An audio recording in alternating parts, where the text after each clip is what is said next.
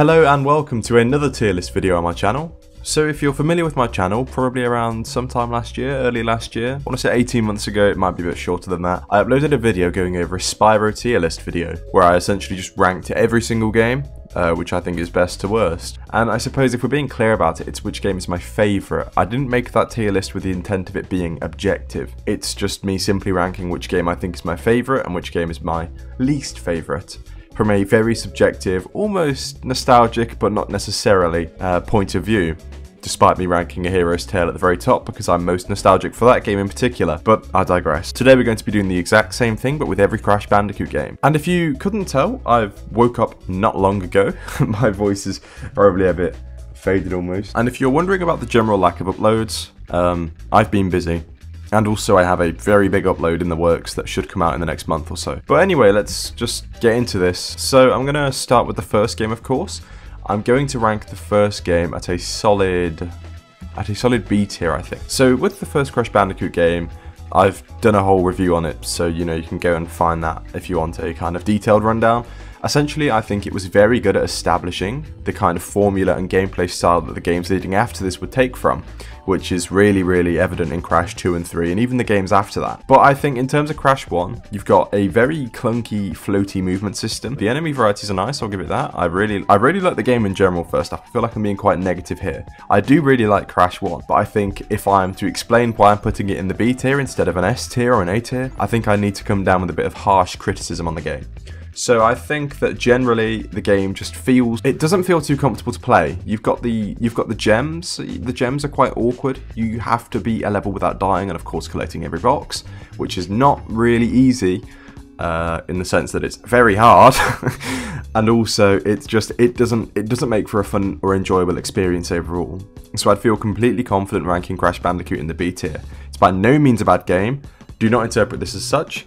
But I think, in general, most of its merits, I'd say, come from the fact that it established a formula, which cannot be understated. Loads of platformer games have done the exact same thing. And considering, I suppose, at the time, it was only just Crash Bandicoot, when Naughty Dog first gave this game to Universal and they published it back in '96, it was just this game, and it was judged on just this game, and it was good enough to demand the sequels, so humble beginnings, I suppose. Now let's move on to Crash Bandicoot 2, Cortex Strikes Back. So I think Cortex Strikes Back did a lot of things right again.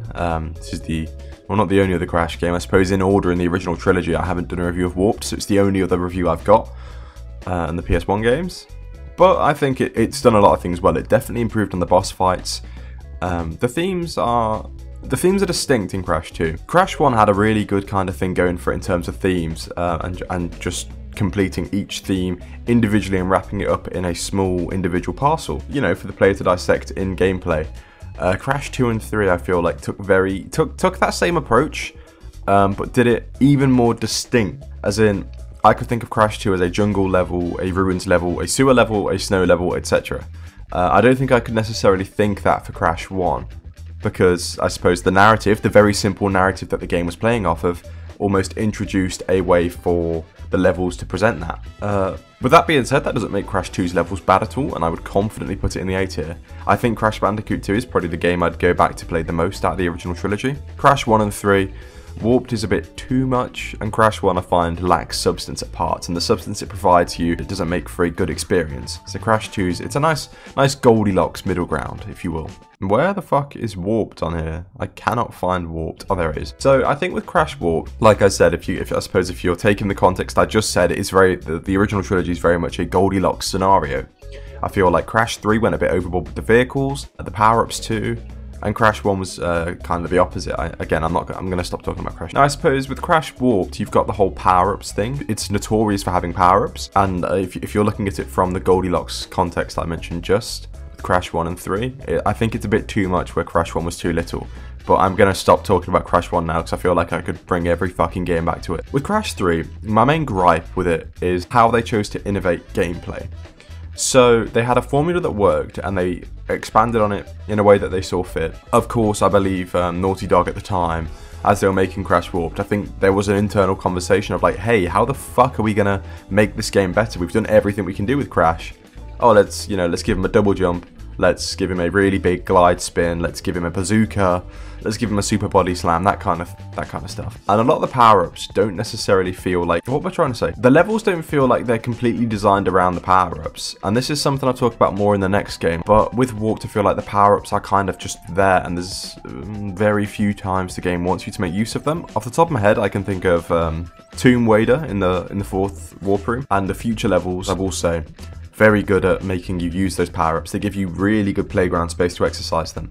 Speaking of Future and Tomb Raider, you know, the Egyptian levels actually, in terms of themes for the game, again, you've got the same distinction with Crash 3, but of course, because it's more time travel focused in the plot, that reflects entirely in the worlds. You go through Egyptian levels, Arabian levels, medieval levels, future levels. They're very good. I'll leave it at that. I'm not going to keep talking. They're very good. And I think I will put Warped equally in the A tier. That's probably going to change later, but I'll leave it there for now. So the next game on the list, Crash Team Racing. Immediate S tier for me. I really like Crash Team Racing. And I think, considering the developers had no real background or real experience making a kart racer, they did it really well. Everything from the boost you can pull off, you know, the really unique drifting mechanic, to the maps, both in the sense of them relating to the IP, the franchise, and in the sense of them just being brilliant kart racer maps. I think they did it really well. And the boss fights especially, I'm a big fan of the boss fights. I don't think obviously it's a kart racer, you wouldn't pick up too much on the boss fights. I suppose the only other kart racer I can think of off the top of my head with boss fights that come to mind is Mario Kart DS, or Mario Kart 5 if you will. That has some really nice boss fights, but they're kind of moved into a different mission mode, which I was a big fan of, but they've taken away from the Mario Kart games. So in terms of CTR, I'm a really big fan of it, and I think, yeah, I don't think I doubt myself sticking it in the S tier, so I'm going to leave it there for now. Crash Bash. So of course Crash Bash next. First game not to be developed by Naughty Dog. Or I suppose, if you want to look in terms of intrinsic, true Crash style, the Wrath of Cortex will be, but we'll get onto that soon enough. Bash, I'm going to put in the C tier. I don't have an awful lot of experience playing Bash, but the experience I do have was tedious, it was repetitive, it was frustrating, and I didn't necessarily enjoy it.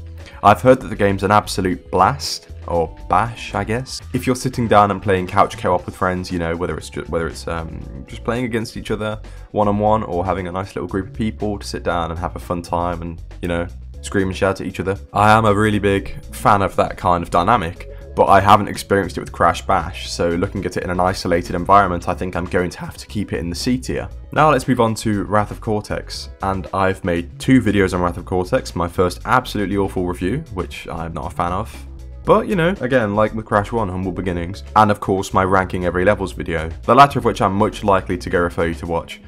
But I think I will leave Wrath of Cortex in the C tier with Bash. Do I think it's a bad game? No, I do not think Wrath of Cortex is a bad game. I even made a short on it, and I think that got some people confused because I did a little bit of a funny thing with, I suppose, the nature of the delivery of it. But it's very much the same as Warped. The same issues I have with Warped I'd apply to Wrath of Cortex if I'm stripping bias from the game. The one thing I will massively credit it for, though, is the music. I absolutely love the music in Wrath of Cortex, and if you haven't listened to the Wrath of Cortex music, go find it on YouTube or SoundCloud or wherever the fuck you want to listen to music. It's amazing. So we have the Gba Games and Nitro Kart coming up now. So I think I'm going to start by placing Nitro Kart in the beautiful new tier you see here, which is I have not played. I have not played Crash Nitro Kart, and I'm sure I will at some point, and I want to, and potentially review it or make another video on it.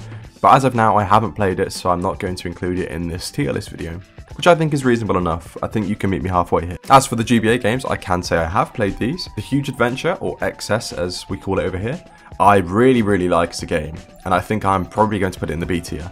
I think Crash XS, or the Huge Adventure, or whatever the fuck you want to call it, is a really good game for the time. You know, if you're looking, again, I'm not comparing to Crash. I'm not comparing to Crash 1. I'm not comparing to Crash 1. I'm not. If you look at the fact it was the first Game Boy Advance game that had Crash in it, like I suppose a platformer with Crash. What the fuck am I saying? If you look at XS in the sense that it's just a Crash platformer on the go, first game on the GBA, 2D platformer, I think it's great. I do really enjoy it. It's not a stock copy and paste 2D platformer that falls in with the rest of them on the GBA, or other handheld consoles for that matter. It's distinctly Crash. There's boxes, there's gems, there's relics, and I'm a fan of it. I have played it, and I think out of all the GBA games, spoilers alert, this is my favourite. But I'd highly recommend you go play Crash XS. I don't think it's bad at all. The jumping feels a bit odd. but so do all the GBA games, so I'm not really going to hold that against it in particular, unless I hold it against all of them, which whether I do or not does not matter. So the next Crash game is Entranced. So I'm going to put Entranced in the C tier. It has the same issues with movement as I just mentioned as XS, but I generally am more inclined to play XS. I don't like the way that Entranced puts you on a map. I think it's kind of cool because it's new, I guess. It's maybe a throwback to Crash 1, and again, I'm not going to fucking compare against Crash 1 again. Why am I doing this? Entranced just has issues. I don't like the bosses, I don't like the power-ups. They added really new weird power-ups, so I guess you're not collecting the same ones you've collected in Warped and Wrath of Cortex and XS. But I'm just not a fan of Entranced. I don't really think I can explain it more than that unless I made a full-on review of the game, so I'm going to leave it there. And I'm also going to swiftly move on to Crash Purple or Crash Fusion. Whatever the fuck you want to call it, Ripto's Rampage or whatever. But this is a very, very, very, very bad game. It suffers very similar issues to Spyro Orange, the Cortex Conspiracy, or again Spyro Fusion as we had it over here, with I guess the only redeeming quality being that I think it's less of a minigame collection, even though it is, and the minigames are a lot easier. I just had this is a very minuscule difference, but I had a very, very slightly better time enjoying Crash Purple as opposed to Spyro Orange, even though they're both shit. You know, it's like looking at two hot, steamy piles of horse shit and going, wow, that one's slightly nicer looking, I guess. They're both still horse shit, so why are you making the comparison? So I'm just going to leave it in the D tier and move on. Next we have Crash Nitro Kart on the GBA. Let's get past that, let's ignore that. So now we have Crash Twinsanity, and this is another Crash game I've done a pretty big review on. I'm actually happy with that review. I suppose the only thing I hate is that I say the music's really, really, really, really good. I love the music in Crash Twinsanity. No, I don't. I don't think the music is great. I think it's passable. A lot of people hate it. I don't think I hate it or dislike it at all, really. But I wouldn't go out my way and praise it like I would with the Wrath of Cortex's music. The game itself's incredibly buggy. The story's there, I suppose. It's narrative focused, the gameplay is. You're seamlessly traversing level on level on level, no warp room. Quote-unquote open world for 2004. I think I'm going to put Twinsanity in the B tier. I don't really dislike but then if you were to ask me which I prefer, Twinsanity or Wrath of Cortex, I'd probably say Wrath of Cortex. Right, okay, I'm going to take this opportunity to swap these around, and I'd like to think my explanations that I've gave previously justify this. If they don't, I'm not going to repeat them, and no, I don't care. This is my opinion in a video, and I'm telling you right now, looking at Wrath of Cortex and looking at Twinsanity in a tier list, I'd instantly say I'd rather play Wrath. So now let's go to the games I haven't played, and you know what, I'm just going to get these out of the way. So I haven't played Boom Bang properly, haven't played Titans on the GBA or the DS if I can find it. Here it is. I haven't played Titans on the DS. What the fuck is that game? Oh, it's that's a shitty iPhone port, Nitro Kart, I know that one.